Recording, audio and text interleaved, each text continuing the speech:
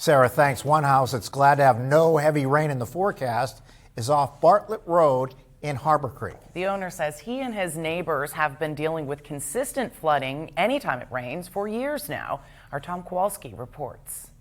While most find the sound of a babbling brook calming, for others, like Harborcreek's Adam Sestak, it means having to deal with flooding and water damage from the overflowing creek behind his house. Pretty much every time it rains, we'll get it to come up over the bank. End of September, when we had the really heavy rain, it's been up to the tree, which then affects my basement, my foundation, the neighbor's basement and foundation. And Sestak, who's also a soon-to-be father of two, says the flooding is costing his family real money to fix the damages. Had to get my septic tank replaced, so we had to dig it up and move it to the front yard.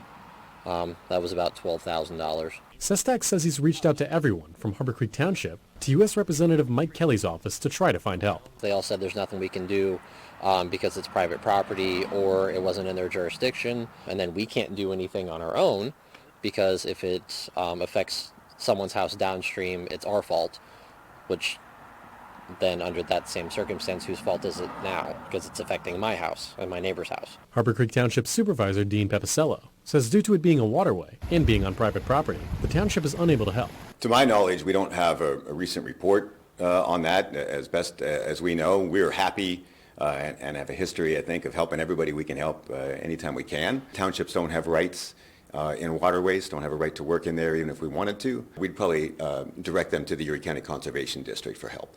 Tom Kowalski, Erie News Now.